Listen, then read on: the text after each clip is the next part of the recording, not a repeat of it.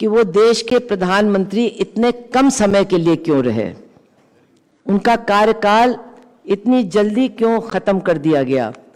Parliament कहती है जातीय जनगणना होनी चाहिए, पास हो जाता है, और पिछले साल सितंबर के महीने में हमारी सरकार कहती है सेंसस कमीशन को, जनगणना आयोग को, कि हम इसके खिलाफ हैं, हम नीतिगत तौर पर इसके खिलाफ हैं, हम इसको होने नहीं देंगे। दिल्ली को घेर करके बैठना होगा, सरकार का कामकाज ठप करना होगा और इस सरकार से कहना होगा तुम्हारा ये एजेंडा हमारे संविधान की जगह मनुस्मृति को लादने का एजेंडा चलने वाला नहीं है।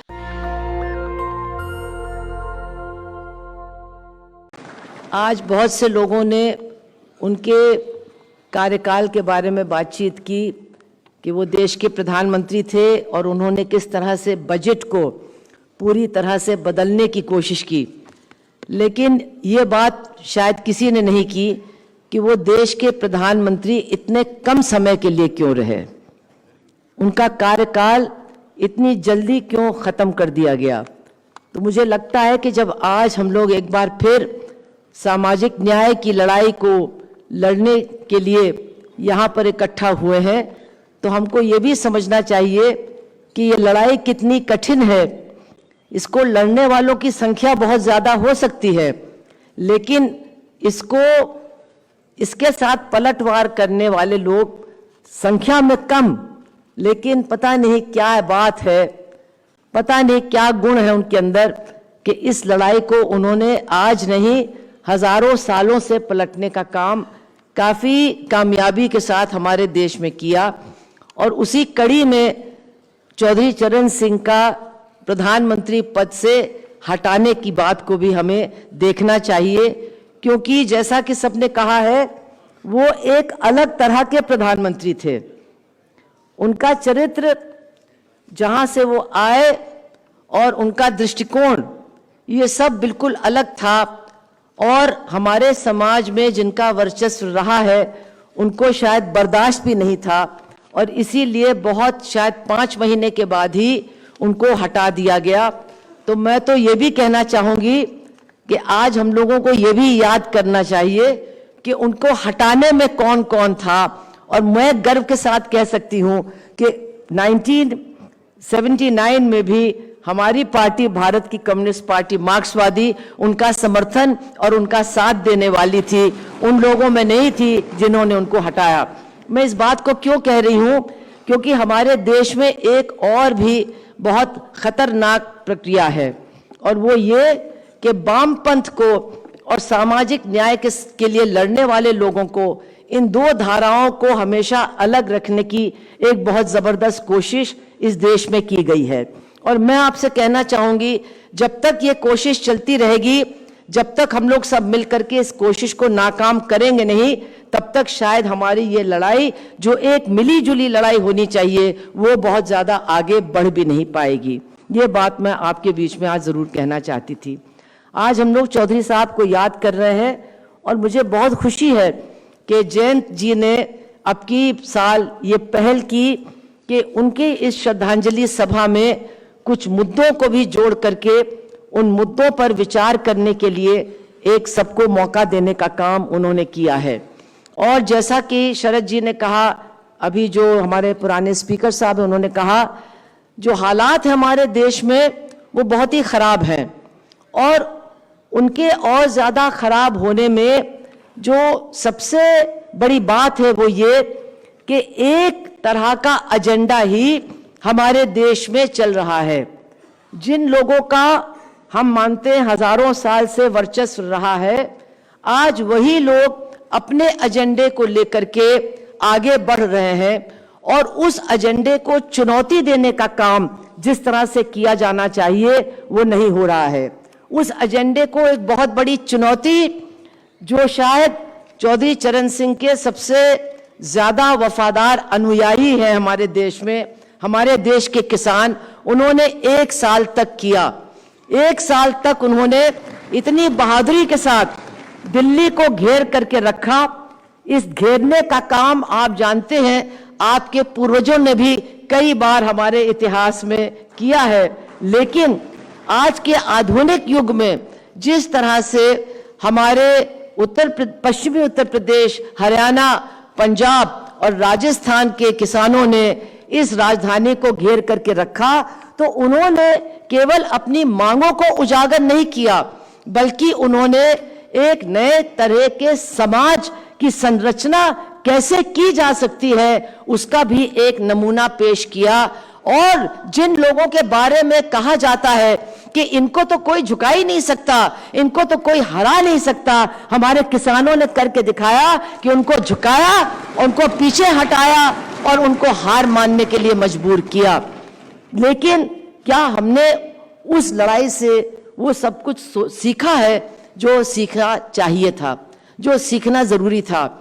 उस लड़ाई का जो सबसे बड़ा महत्व था वो ये कि एक नया एजेंडा, जो शासकों का एजेंडा है, उसको चुनौती देने वाला एक वैकल्पिक एजेंडा लेकर के लाखों लोग साल भर दिल्ली को घेर करके बैठे कि जिस दिशा में ये सरकार जा रही है वो दिशा क्या है? सब कुछ निजी हाथों में देने की दिशा, उत्पादन, खेतों का उत्पादन अदानी और अंबानी के गोदामों में पहुंचाने की दिशा, इस पूरे देश के पब्लिक सेक्टर, सार्वजनिक क्षेत्र को चंद मुट्ठी भर पूंजीपतियों के हाथों में देने की दिशा। और इस देश के अंदर मैं कहना चाहूंगी बहुत स्पष्ट तौर पर, डॉक्टर बाबा साहब अंबेडकर की संविधान को हटा करके मनुराज के, मनुवाद के, मनुस्मृति को हमारे ऊपर थोपने की दिशा जो इस सरकार की तरफ से चलाई जा रही है, अगर उसको चुनौती देने का काम किसी ने किया तो इस किसान आंदोलन ने किया।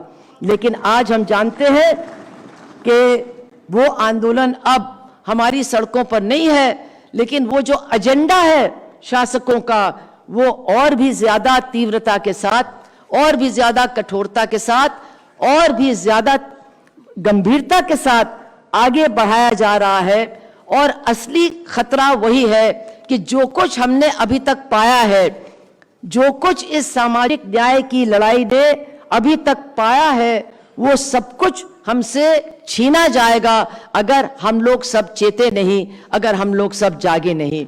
और इसीलिए ये जो आज का मुद्दा है, जो दो हिस्सों में हमारे सामने रखा गया है, एक तरफ ये कि जो समानता का आयोग है उसका निर्माण होना चाहिए और देखा जाना चाहिए कि जो हमारा प्राइवेट सेक्टर है, जो हमारे देश के बड़े बड़े पूंजीपति हैं, आखिर वो कितना समानता की बात को मानते हैं, वो कितना अपने अपने क्षेत्र में समानता को लागू करने के लिए तैयार हैं। हम लोगों की तो मांग है, हमारी पार्टी ने तो इस मांग का समर्थन भी किया है, प्राइवेट सेक्टर में आरक्षण होना चाहिए।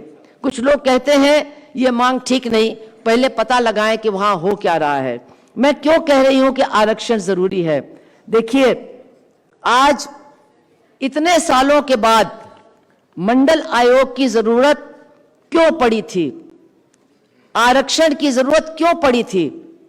जो देश की आबादी का आधे से ज्यादा हिस्सा है, अगर उसको वंचित रखा जा सकता है नौकरियों से, अगर उसको वंचित रखा जा सकता है शिक्षा के क्षेत्रों से, और उसको आरक्षण की जरूरत पड़ती है, तो फिर हमको समझना चाहिए कि जब हमारी अपनी चुनी हुई सरकार न्याय करने के लिए तैयार नहीं है, तो ये अडानी और अंबानी, हम क्या इनसे उम्मीद कर सकते हैं कि ये न्याय करेंगे और ये अपने दफ्तरों में, ये अपने कारखानों में जो गरीब के बच्चे हैं, जो दलितों के बच्चे हैं, जो पिछड़ों के बच्चे हैं, उनको नौकरियां देंगे? ये एक बड़ा सवाल है। लेकिन आज चूंकि ये आयोग की बात हमारे सामने लाई गई है, निश्चित रूप से हम उसका स्वागत करते हैं। ऐसा आयोग बनना चाहिए, हमें इसकी जानकारी मिलनी चाहिए कि प्राइवेट सेक्टर में क्या हो रहा है समानता के सिद्धांत को लागू करने के लिए। लेकिन इसके साथ साथ आरक्षण की बात को हमें छोड़नी नहीं चाहिए। जो दूसरा यहां पर मुद्दा रखा गया वो तो शायद और भी ज्यादा महत्वपूर्ण है, और वो है जाति जनगणना का मुद्दा। हमें सबसे पहले ये समझना चाहिए कि आखिर ये सरकार इस जातीय जनगणना के खिलाफ क्यों है। यहां पर शरद जी चले गए, वरना 4 लोग यहां मौजूद थे, त्यागी जी, श्रीकांत जेना जी, शरद यादव जी जो चले गए, और मैं, जिन्होंने 1990 में हाथ उठा करके मंडल आयोग का उस संसद के अंदर समर्थन किया था। और खूब गालियां भी हम लोगों ने खाई, खूब विरोध भी हमने सहा। वो सब हमको मंजूर है, हम खुश हैं कि एक सही काम को करने का हमें काफी बड़ी कीमत उसकी चुकानी पड़ी, लेकिन उसका कोई हमको गम नहीं है। लेकिन हाँ, वो तो चुनाव तो हारना ही था, चलिए। लेकिन मैं आपको याद दिलाना चाहती हूं कि उस मंडल आयोग की सिफारिशों का विरोध कौन कर रहा था। रथ निकाल करके उसका विरोध किया गया, और बहुत दुख की बात है कि उस रथ पर अलग अलग समय में अलग अलग लोगों ने चढ़ने का भी काम किया, और उस रथ के निकलने से और तमाम लोगों का उस पे चढ़ने से, जो कुछ मंडल आयोग के पारित होने से इस देश की बहुमत जनता को मिलना चाहिए था, वो आज तक उनको नहीं मिला है। उन्होंने अपनी ताकत का इस्तेमाल उसके लिए न करके उस रथ को धक्का देने में और उस रथ को आगे बढ़ाने में अपना योगदान देने का काम किया। ये बंद होना चाहिए। आज एकदम स्पष्ट सवाल सामने है। पार्लियामेंट कहती है जातीय जनगणना होनी चाहिए, पास हो जाता है, और पिछले साल सितंबर के महीने में हमारी सरकार कहती है सेंसस कमीशन को, जनगणना आयोग को, कि हम इसके खिलाफ हैं, हम नीतिगत तौर पर इसके खिलाफ हैं, हम इसको होने नहीं देंगे। आज अच्छी बात है कि हम लोग जागे, बहुत पहले जागने की जरूरत थी। जितने लोग इस जनगणना के पक्ष में हैं, उनको बहुत पहले जागना चाहिए था और इसके लिए सड़कों पर उतरना चाहिए था। कोई बात नहीं, देर आए दुरुस्त आए, लेकिन अब इसका महत्व समझना हमारे और आपके लिए बहुत जरूरी है। और ये हम तभी समझ पाएंगे कि जो इसका विरोध कर रहे हैं वो इसका विरोध क्यों कर रहे हैं। ये वही लोग हैं जो चौधरी चरण सिंह जी को प्रधानमंत्री के रूप में नहीं देख सकते थे। ये वही लोग हैं जिन्होंने मंडल आयोग की सिफारिशों के अपनाए जाने के बाद रथ निकालने का काम किया और उस बड़ी लड़ाई को एक तरह से बहुत पीछे धकेलने का काम किया। ये वही लोग हैं जो आज इस जातीय जनगणना के खिलाफ अपनी आवाज को उठा करके कह रहे हैं कि ये हो नहीं सकता। क्यों नहीं हो सकता है?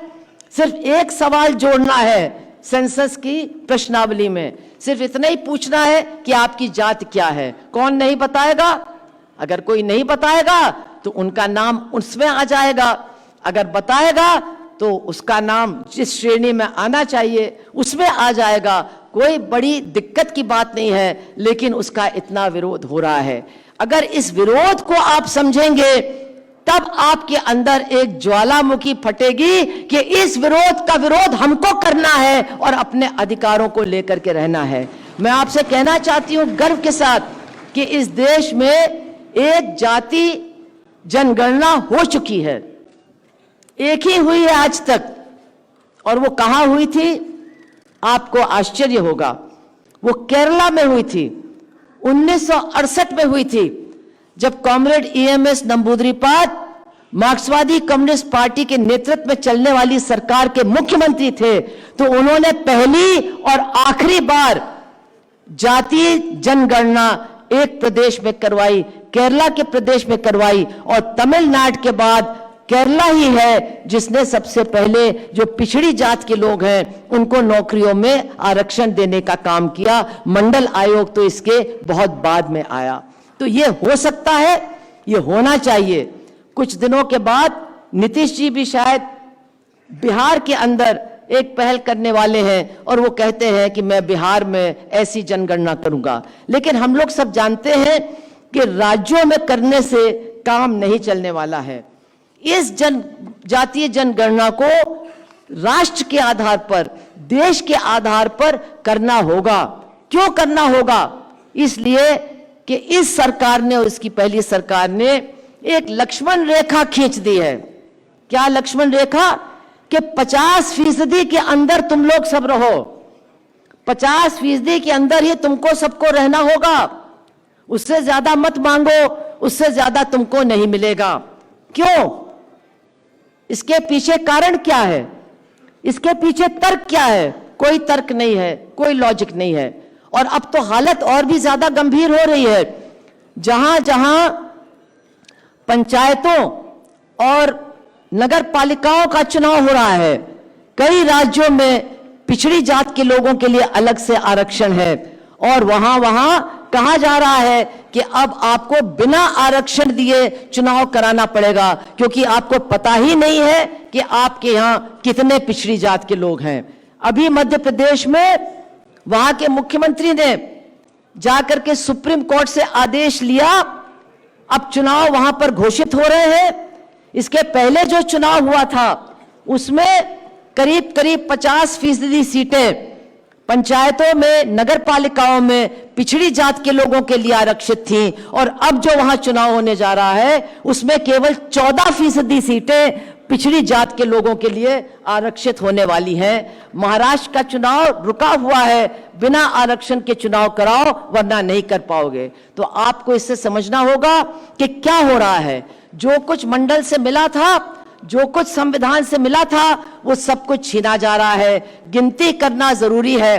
अंग्रेजी में कहावत है, stand up and be counted. आपको अगर अपना पक्ष रखना है तो आपको खड़े होकर के अपनी गिनती करवानी होगी। अपनी गिनती करवाने के बाद अपनी ताकत का एहसास हमको खुद होगा और हमारी ताकत का एहसास उस दुश्मन का भी होगा। इसलिए ये जाति जनगणना बहुत जरूरी है। मैं आप सबसे यही कहूंगी कि विज्ञान भवन में ही बैठ करके इसके लिए हाथ उठा करके काम नहीं चलेगा। हर राज्य में, मनोज जी, पटना में एक ऐसा आयोजन होना चाहिए। जैन जी, लखनऊ में बहुत जरूरी है। आप भुवनेश्वर में भी करवाइए। आप जहां जहां हो सकता है उसके लिए कोशिश करिए।